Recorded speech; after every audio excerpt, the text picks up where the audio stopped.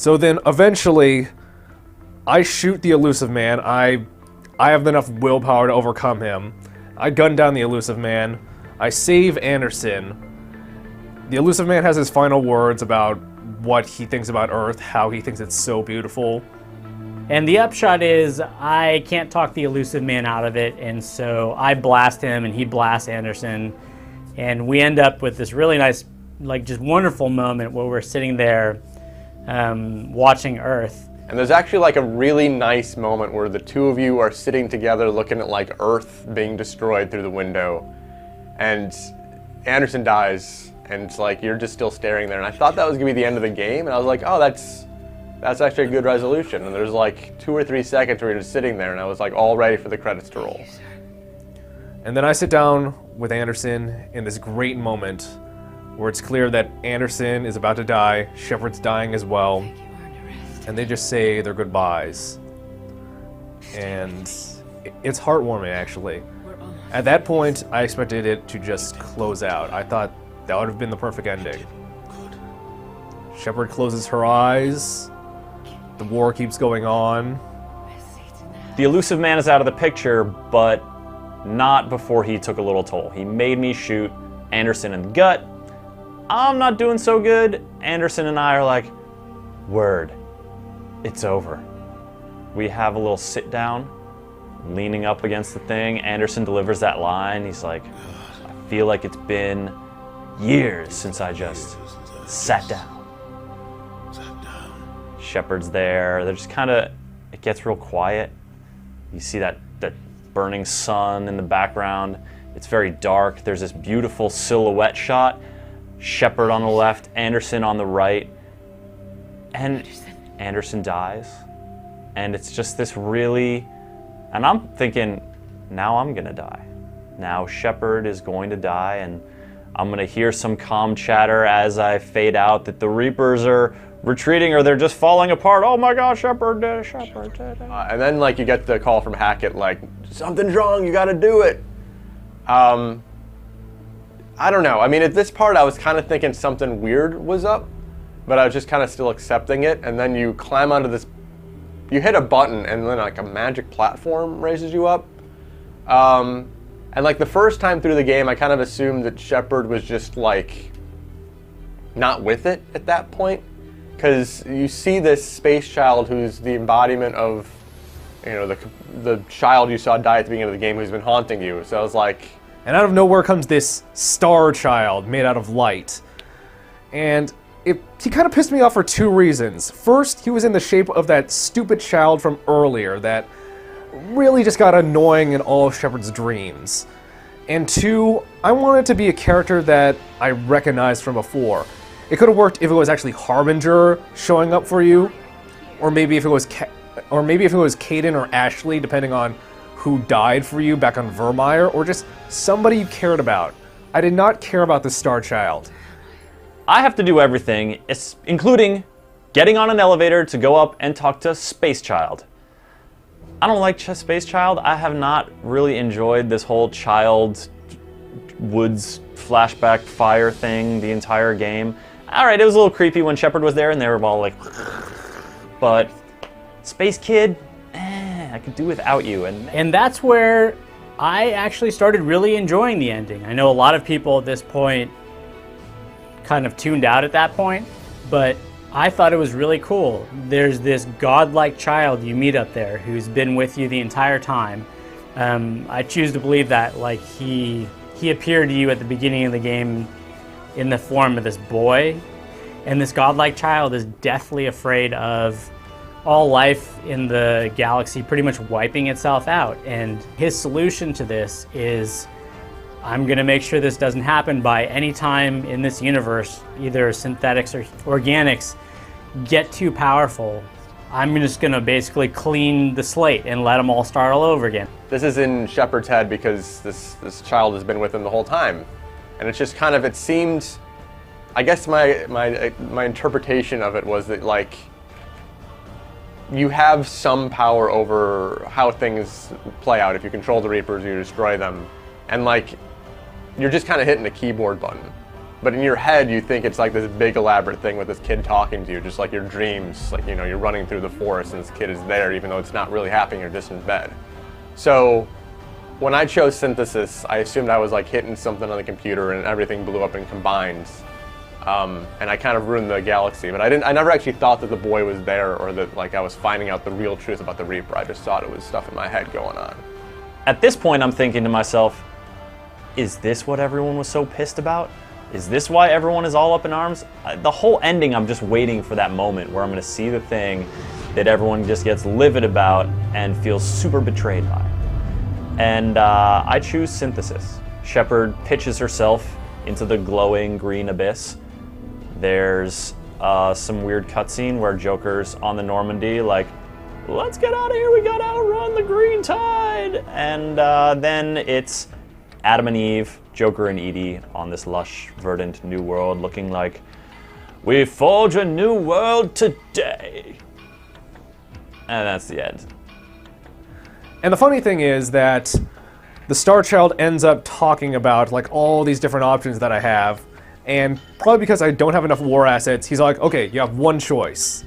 This is your one thing. I just explained 3 things to you, but here's your one thing. And only one ramp comes up. It's like, you've got to destroy the base. You have no other options. You're going to destroy the Reapers, the Geth, Edie. All the synthetics are going to be wiped out. Even you, Shepard, you're going to die because you're part synthetic. So it's my only option, and I'm like, what if I just stand here? What if I just let time run out? And I actually do that once, and it's like, critical mission failure. The Crucible's destroyed. And I'm like, okay, I guess I'll restart and go up that ramp and shoot the red thing. And so I do. I see the visions of Anderson, and that's what he would have wanted to do. So it might have been the Paragon option because that's what Anderson does, but it's red, so maybe that's a Renegade as well. So I'm getting mixed messages at this point. And I blast it down with my pistol, and Shepard's caught in the explosion. The Crucible explodes, the Citadel flies apart, Earth is ravaged. Everybody kind of just dies, the Reapers blow up, and then energy's released. All of the mass relays explode. And I played a rival, and doesn't that mean that pretty much every galaxy or every solar system around was annihilated? What was really jarring is that Joker was flying away from Earth with your entire crew, and that had no explanation whatsoever, and it was just jarring, the fact that the one person you would think would stay on Earth and look for Shepard and protect them would have been Joker. But no, he's running away like a coward, and you don't know why. But I let that pass. It's all more about the emotions of how you're feeling, and right now I just kind of feel shock at the moment. So Joker crash lands the Normandy on this planet, this like lush tropical world.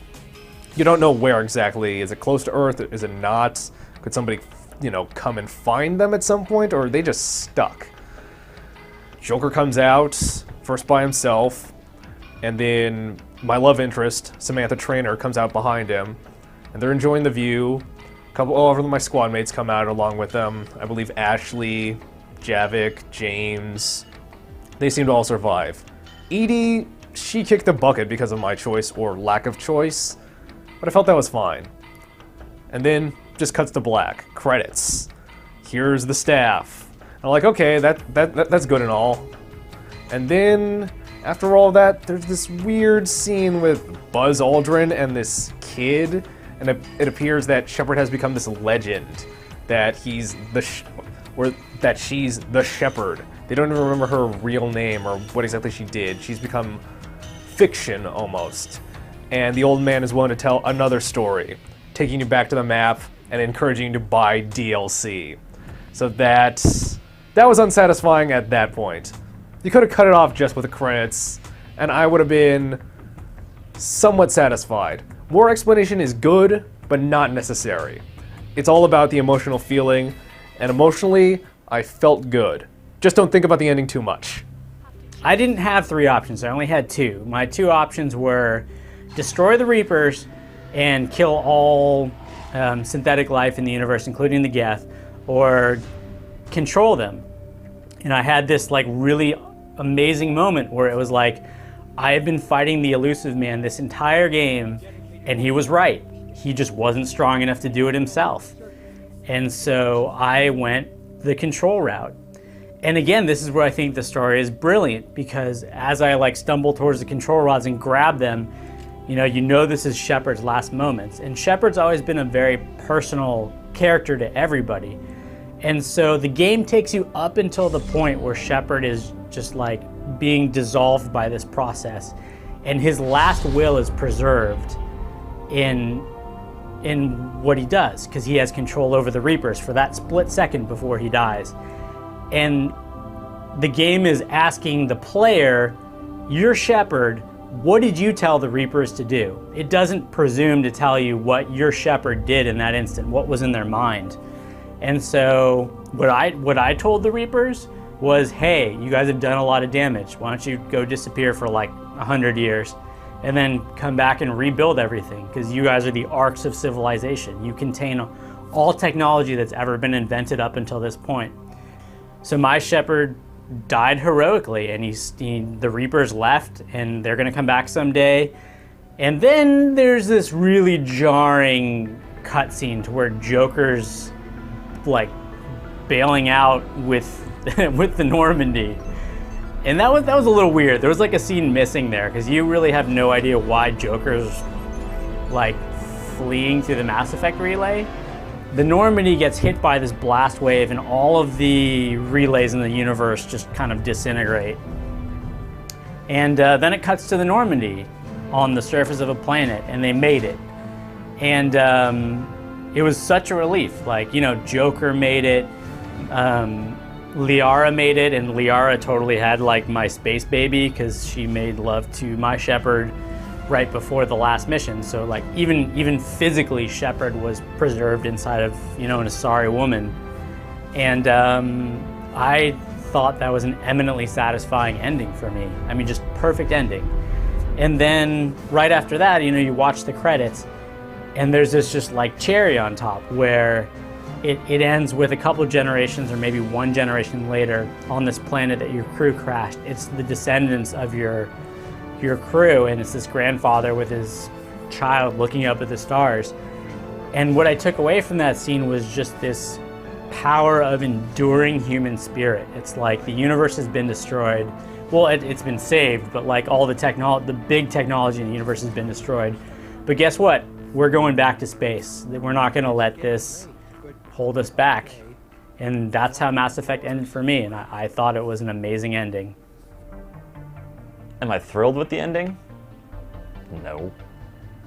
Do I kind of wish it had ended at that Shepard Anderson moment?